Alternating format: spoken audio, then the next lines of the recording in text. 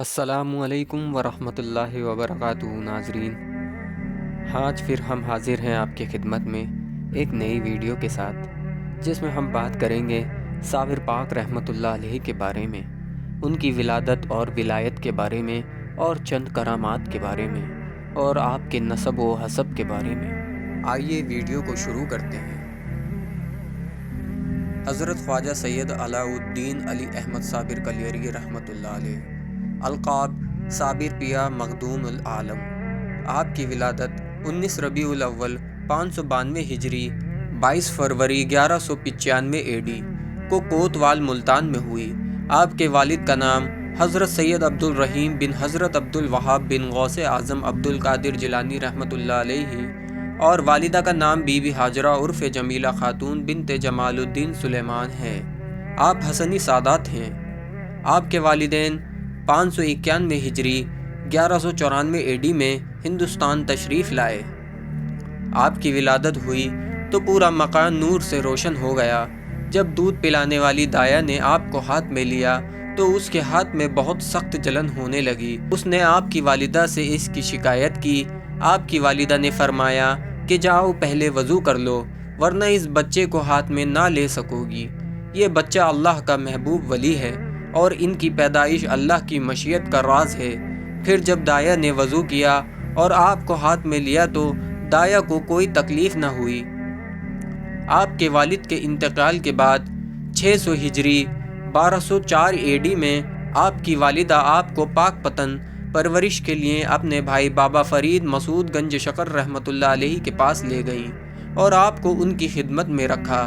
کچھ عرصے بعد آپ کی والدہ آپ سے ملنے آئیں تو دیکھا کہ آپ کچھ کمزور ہو گئے۔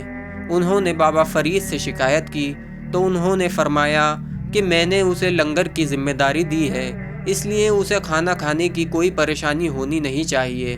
جب آپ سے پوچھا گیا تو آپ نے فرمایا مجھے لنگر کی ذمہ داری دی گئی ہے، لیکن مجھے اس میں سے کھانے کے لیے نہیں کہا گیا۔ پھر جب پوچھا کہ تب تم کیا کھا کر گزارا کرتے ہو تو آپ نے فرمایا کہ جب میں فارغ ہوتا ہوں تو جنگل میں چلا جاتا ہوں اور وہاں جو کچھ کھانے کے لیے ملے کھا لیتا ہوں۔ اس کے بعد آپ صابر کے نام سے مشہور ہو گئے۔ آپ نے بابا فرید رحمۃ اللہ علیہ سے تعلیم حاصل کی۔ آپ بہت ہی ذہین تھے اور ہمیشہ عبادت اور ذکر الہی کیا کرتے تھے۔ آپ جب بڑے ہوئے تو آپ کی والدہ نے بابا فرید کو اپنی بیٹی خدیجہ کا نکاح صابر پیا سے کرانے کے لیے گزارش کی۔ بابا فرید نے فرمایا کہ یہ مناسب نہیں ہے کیونکہ صابر تصوف اور عشق الہی میں کھو چکا ہے، جب تک وہ نکاح نہ کرنا چاہے تب تک یہ ممکن نہیں ہے۔ مگر اس کے بعد آپ کی والدہ کے بار بار اصرار کرنے پر بابا فرید نے اپنی بیٹی کا نکاح صابر پیا سے کرایا۔ رات کو جب آپ کمرے میں گئے تو آپ پوری رات مراقبہ اور عبادت و ریاضت میں مصروف رہے۔ آخر میں آپ کی بیوی نے آپ سے پوچھا کہ آپ میری طرف دیکھتے کیوں نہیں؟ میں آپ کی بیوی ہوں۔ آپ نے فرمایا یہ کیسے ممکن ہے کہ میرے دل میں دو چیز کی محبت ایک ساتھ رہے، جبکہ میں تو ایک کی محبت میں گم ہو چکا ہوں۔ یہ کہہ کر آپ نے اپنی بیوی کی طرف دیکھا تو وہ اس نور کی تجلی برداشت نہ کر سکیں اور جلنے لگیں۔ حالانکہ بہت سے مفسرین کی یہ رائے ہے، جب آپ کی بیوی نے آخر میں آپ سے پوچھا کہ میں آپ کی بیوی ہوں، آپ میری طرف دیکھتے کیوں نہیں؟ آپ نے فرمایا یہ کیسے ممکن ہے؟ میرے دل میں دو چیز کی محبت ایک ساتھ رہے، جبکہ میں تو ایک کی محبت میں گم ہو چکا ہوں۔ تو جب صابر پاک نے یہ فرمایا تو انہوں نے پھر اپنی اہلیہ سے کنارہ کر لیا اور ان سے طلاق لے لی۔ باقی واللہ علم۔ 649 ہجری 1253 AD میں بابا فرید نے آپ کو کلیر کے ولی اور نگہبان بنا کر بھیجا۔ آپ جب کلیر پہنچے، گلزاری نام کی ایک عورت کے وہاں رکے۔ آپ نے کلیر میں تعلیم و دین شروع کی۔ کلیر کا قاضی تبرک آپ سے حسد رکھتا تھا۔ ایک بار جمعرات کو جب آپ مسجد میں تقریر فرما رہے تھے، تب تبرک کے کہنے پر رئیس کلیر نے آ کر آپ سے کہا، میری بکری 3 مہینے پہلے گم ہو گئی ہے، اگر تم اس کے بارے میں بتا سکتے ہو تو ہم تمہیں اپنا امام مانیں گے۔ آپ نے آسمان کی طرف دیکھ کر فرمایا، جنہوں نے اس کی بکری کو کھایا ہے وہ سب آگے آ جائیں۔ 27 آدمی وہاں پہنچے، لیکن انہوں نے اس سے انکار کیا۔ تو آپ نے رئیس کلیر کو اس کی بکری کو پکارنے کے لیے کہا۔ اس نے کہا، ہرمنا ہرمنا، تم کہاں ہو؟ تب ان لوگوں کے پیٹ میں سے بکری بولنے لگی کہ مجھے یہ لوگ مار کر کھا گئے ہیں۔ پھر بھی وہ لوگ آپ کو پریشان کرتے رہے۔ ایک بار آپ نماز جمعہ کے لیے مسجد میں گئے اور پہلی صف میں کھڑے ہوئے تو اس نے آپ کو پیچھے جانے کے لیے کہا اور کہا کہ آگے کی صف میں صرف امیر لوگ نماز پڑھیں گے۔ جب سب لوگ سجدے میں گئے تو آپ نے مسجد کو فرمایا، سب لوگ سجدہ کر رہے ہیں، تو بھی سجدہ کر لے۔ یہ سن کر مسجد جھک کر گر گئی۔ وہاں موجود سب لوگ اس کے نیچے دب گئے۔ جب گلزاری کو پتہ چلا تو وہ بھاگ کر مسجد میں آئی، کیونکہ اس کا بیٹا بھی وہاں نماز پڑھنے کے لیے آیا تھا۔ آپ نے اسے اپنے بیٹے کو ان مردوں کے بیچ میں سے باہر نکالنے کے لیے کہا۔ اس نے اپنے بیٹے کو تلاش کر کے نکالا تو دیکھا کہ وہ زندہ ہو گیا تھا۔ اس کے بعد آپ نے 12 سال تک گولر کے درخت کے نیچے کھڑے ہو کر عبادت و ریاضت کی۔ حضرت صابر پاک کلیری رحمۃ اللہ علیہ کے کچھ اقوال ہیں جو انہوں نے فرمائے، اگر اعلیٰ مرتبہ پانا چاہتے ہو تو سادگی اور سچائی اپناؤ۔ مرشد کے پاس مرید کی خامیوں کو سدھار کر راہ حق دکھانے کی صلاحیت ہونی چاہیے۔ آپ حضرت بابا فرید الدین مسعود گنج شکر چشتی رحمۃ اللہ علیہ کے مرید اور خلیفہ ہیں۔ آپ سے سلسلہ چشتیہ صابری جاری ہے۔ آپ کے خلیفہ حضرت خواجہ شمس الدین ترک پانی پتی رحمۃ اللہ علیہ ہیں۔ ایک دن حضرت سید شمس الدین ترک پانی پتی رحمۃ اللہ علیہ نے کہا، پیر و مرشد یہ تو بتائیے آخر یہ فنا بقا ہوتا کیا ہے؟ کہنے لگے، شمس ہم تجھے وقت آئے گا تو دکھا دیں گے، چھوڑ کیا بتانا، دکھا دیں گے تجھے۔ اب تو سن، تو اب چلا جا کے روٹی روزی کما۔ روٹی روزی جب کما لینا تو سن میرا وصال ہو جائے گا تو آ جانا اور کفن لیتے آنا، خوشبو نہ لانا، خوشبو فرشتے لے آئیں گے۔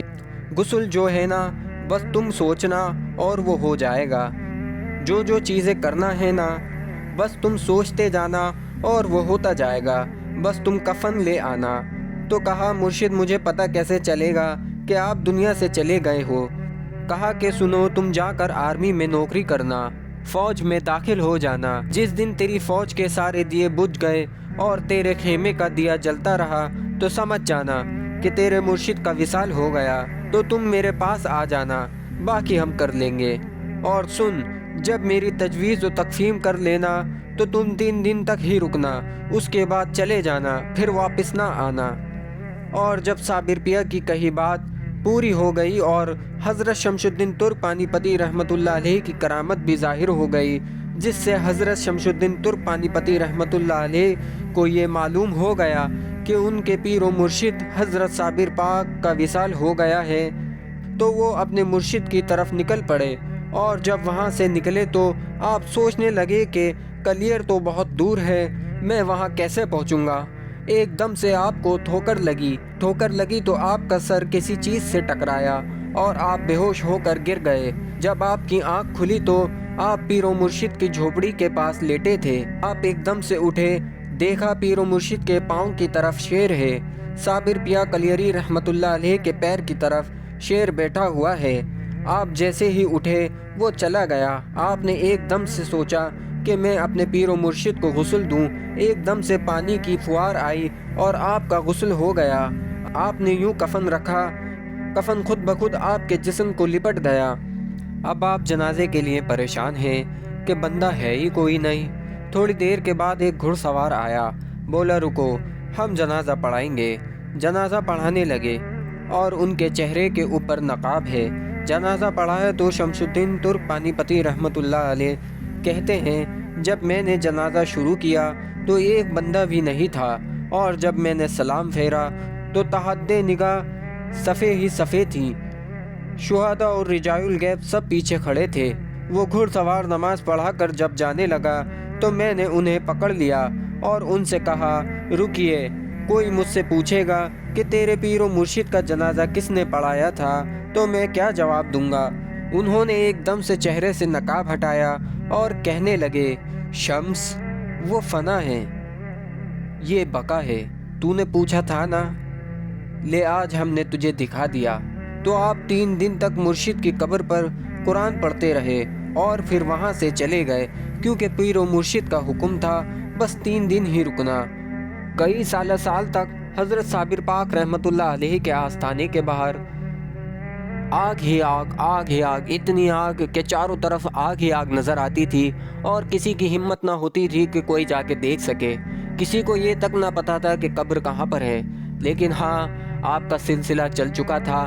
سلسلے کی برکت کی وجہ سے حضرت شمس الدین ترک پانی پتی رحمۃ اللہ علیہ کے مرید حضرت جلال الدین کبیر الاولیاء رحمۃ اللہ علیہ کے ذریعے حضرت عبدالحق مخدوم رحمۃ اللہ علیہ کے پاس ایسے چلتے چلتے چلتے چلتے نسبت آگے تک پہنچی، جس سے لوگوں کو آج تک چشتیہ صابریہ کا فیض حاصل ہے۔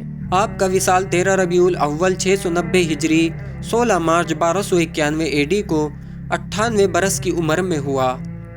اللہ تعالیٰ اس کے حبیب صلی اللہ علیہ وسلم کے صدقے میں اور حضرت خواجہ صابر پیار رحمۃ اللہ علیہ کے اور اہل بیت اور اولیاء اللہ کے وسیلے سے سب کو مکمل عشق رسول عطا فرمائے اور سب کے ایمان کی حفاظت فرمائے اور سب کو نیک عمل کرنے کی توفیق عطا فرمائے اور سب کو دنیا و آخرت میں کامیابی عطا فرمائے اور سب کی نیک جائز مرادوں کو پوری عطا فرمائے۔